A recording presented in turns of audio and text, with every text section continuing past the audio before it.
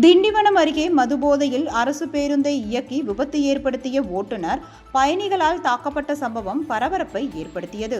புதுக்கோட்டையில் இருந்து சென்னை நோக்கி சென்ற அரசு பேருந்தை ஜோசப் என்பவர் இயக்கியுள்ளார். அப்பொழுது அவர் மதுபோதையில் இருந்ததாக கூறப்படுகிறது. திண்டிவனத்தை அடுத்த சாரம் அருகே சென்று கொண்டிருந்த போது பேருந்து கட்டுப்பாட்டை இழந்து சாலையோரம் உள்ள உணவகத்திற்குள் புகுந்தது. இதில் பேருந்தில் பயணம் செய்த 10க்கும் மேற்பட்டோர் காயமடைந்தனர். நல்வாய்ப்பாக உணவக பணியாளர்கள் அனைவரும் உயிர் தப்பினர். காயமடைந்த அனைவரும் திண்டிவனம் அரசு மருத்துவமனையில் அனுமதிக்கப்பட்டு சிகிச்சை பெற்று வருகின்றனர். இந்நிலையில் மதுபோதையில் விபத்து ஏற்படுத்திய பேருந்து ஓட்டுநரை பயணிகள் கடுமையாக தாக்கினர். இதில் ஓட்டுநர் ஜோசப் படுகாயமடைந்தார். அவரை மருத்துவமனைக்கு கொண்டு செல்வதற்காக வந்த ஆம்புலன்ஸையும் பயணிகள் முற்றுகையிட்டதால் பரபரப்பு ஏற்பட்டது.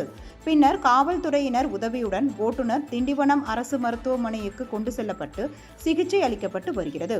இந்த விபத்து குறித்து ஒலக்கூர் காவல்துறையினர் வழக்கு பதிவு செய்து விசாரணை மேற்கொண்டுள்ளனர்.